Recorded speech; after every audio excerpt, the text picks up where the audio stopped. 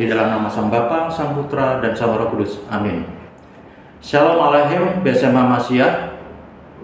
Berjumpa dengan saya, Romo Yakobus Jimmy Stefanus Boy dari Gereja Ortodok Indonesia, wilayah hierarkis Metropolis Kudus Sydney, Gereja Ortodok Yunani Sejati.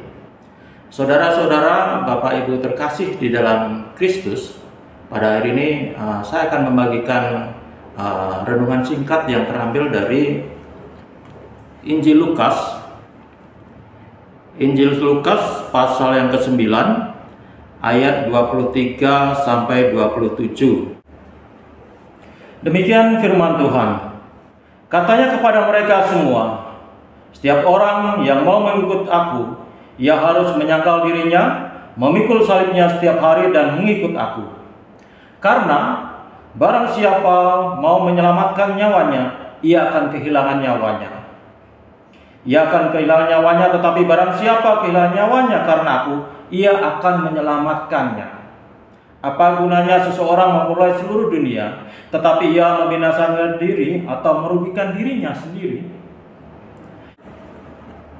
Sebab barang siapa malu karena aku dan karena perkataanku, Anak Manusia juga akan malu karena orang itu, apabila ia datang kelak dalam kemuliaannya dan dalam kemuliaan Bapa dan malaikat-malaikat kudus.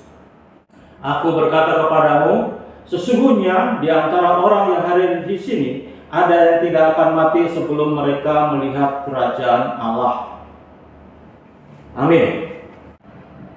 Firman Tuhan di dalam Lukas 9 ayat 23 disebutkan, katanya kepada mereka semua, setiap orang yang mau mengikut aku, ia harus menyangkal dirinya, memikul salibnya setiap hari dan mengikut aku. Nah, dari ayat ini ada tiga hal yang harus kita perhatikan. Yaitu pertama, setiap orang harus memikul salibnya sendiri. Setiap orang harus memikul bebannya sendiri. Beban di dunia ini berbeda antara orang yang satu dengan orang yang lain. Antara saya dengan Bapak Ibu juga pasti berbeda. Ketika kita menjadi Kristen, percaya kepada Kristus, dan kemudian kita dibaptiskan,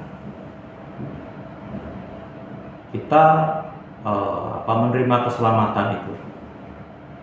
Tetapi tidak bisa berhenti di situ saja, karena keselamatan ini yang sudah kita terima juga harus kita jalani.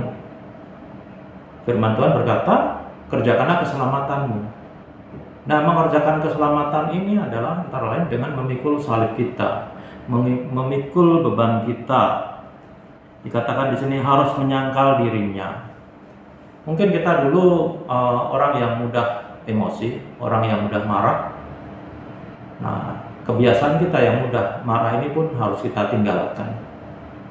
Memang mungkin untuk merubah kebiasaan itu akan susah, tetapi itulah salib yang harus kita tanggung. Atau mungkin dari kita ada yang terbiasa untuk bergosip, ngomongin orang lain. Ya, mungkin dalam masa pandemi cara menggosipnya, cara bergosipnya pun berbeda.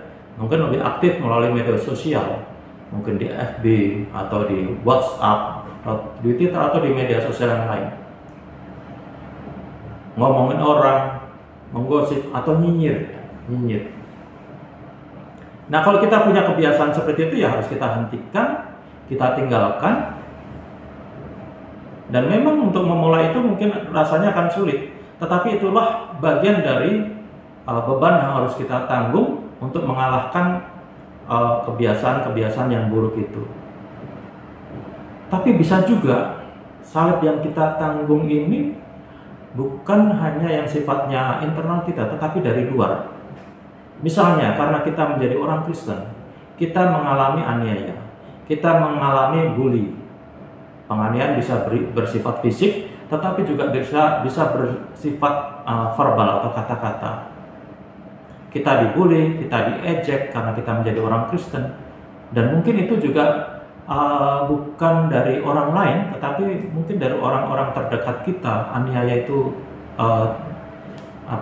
muncul, bully atau ejekan, mungkin bisa dari keluarga kita, dari orang tua kita, atau bahkan dari pasangan hidup kita, suami atau istri kita. Nah, ketika kita mengalami aniaya yang semacam itu dari orang-orang terdekat pun, ya kita harus mau menanggung beban itu. Tidak perlu kita membalasnya dengan emosi, tidak perlu kita membalasnya dengan ejekan juga. Inilah beban yang harus kita tanggung. Itulah salib yang harus kita pikul dalam hal mengerjakan keselamatan, supaya melalui perjuangan ini, keselamatan yang kita telah peroleh itu dapat kita benar-benar nikmati, benar-benar kita terima. Karena ini perjuangan memikul salib ini, itu adalah perjuangan untuk keselamatan kita sendiri dan juga keselamatan orang-orang sekitar kita. Ketika kita mengalami aniaya, tetapi kita dengan rela, dengan ikhlas, dengan tabah kita menghadapi itu, yaitu juga menjadi suatu kesaksian bagi orang-orang di sekitar kita.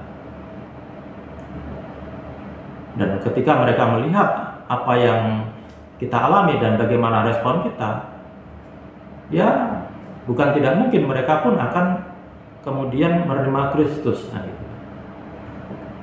Dan kemudian yang kedua adalah, kata Tuhan Yesus, salib itu harus dipikul setiap hari. Artinya komitmen untuk mengikut Kristus itu bukan hanya sekali ketika kita dibaptiskan, ketika kita menerima Kristus melalui sakramen baptisan, tetapi itu adalah praktek iman dan ketaatan yang terus-menerus setiap hari harus kita jalani. Dan kemudian dikatakan yang ketiga adalah mengikut aku, mengikut Kristus, memikul salib, ya kan? Dan salib itu dipikul setiap hari, dan kemudian mengikut Kristus. Ketika tiga hal ini kita lakukan, ada hal yang luar biasa yang Tuhan sediakan buat kita, seperti yang dialami oleh murid Yesus. Kita baca di ayat 27, aku berkata kepadamu, sesungguhnya di antara orang yang ada di sini ada yang tidak akan mati sebelum mereka melihat kerajaan Allah. Nah, mereka melihat kerajaan Allah ini tergenapi pada ayat 28. Kira-kira 8 hari sesudah segala pengajaran itu, Yesus membawa Petrus, Yohanes, dan Yakobus lalu naik ke atas gunung untuk berdoa. Ketika ia berdoa, rupa wajahnya berubah dan pakaiannya menjadi putih berkilau-kilauan. Ayat 30, dan tambahlah 2 orang berbicara dengan dia, yaitu Musa dan Elia.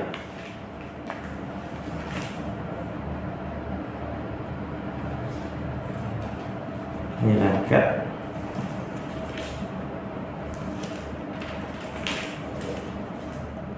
Keduanya menampakkan diri dalam kemuliaan dan berbicara tentang tujuan kepergiannya yang akan digenapinya di Yerusalem. Sementara itu Petrus dan temannya telah tertidur, dan ketika mereka terbangun, mereka melihat Yesus dalam kemuliaannya dan kedua orang yang berdiri di dekatnya. Nah,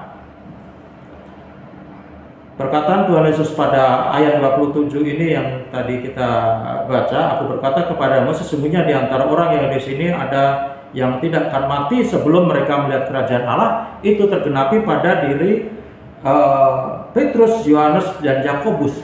Dia melihat Yesus yang berubah rupa dalam kemuliaan. Yesus dikatakan di ayat 29, dikatakan ketika ia sedang berdoa, rupa wajahnya berubah dan pakaiannya menjadi putih berkilau-kilauan. Tuhan Yesus bercahaya. Inilah yang dirayakan di dalam gereja Ortodok, transfigurasi Tuhan Yesus atau pengubah muliaan Tuhan Yesus. Ketika Tuhan Yesus di atas gunung, yaitu Gunung Tabor, dia berubah, jubahnya berkilauan dan bercahaya. Dan ini yang kemudian disaksikan oleh Petrus, Yohanes, dan Yakobus. Inilah penggenapan dari apa yang dikatakan Tuhan Yesus tadi. Mereka melihat kerajaan Allah. Petrus Yakobus dan Yohanes, mereka melihat kerajaan Allah, melihat kemuliaan Yesus dalam kemuliaannya. Demikian juga kita. Kalau kita setia pada perkataan Tuhan Yesus, yaitu kita memikul salib, kemudian kita memikul salib itu setiap hari dan mengikut Dia, ikut Yesus, maka apa yang dialami oleh Petrus, Yakobus dan Yohanes itu juga akan kita alami. Kita akan melihat kehadiran kerajaan Allah. Jadi Bapak Ibu, saudara-saudara terkasih dalam Kristus, tetaplah setia dan jadilah kuat di dalam Kristus supaya kita melihat kehadiran kerajaan Allah. Amin. Dalam nama Bapa, Putra, dan Roh Kudus. Amin.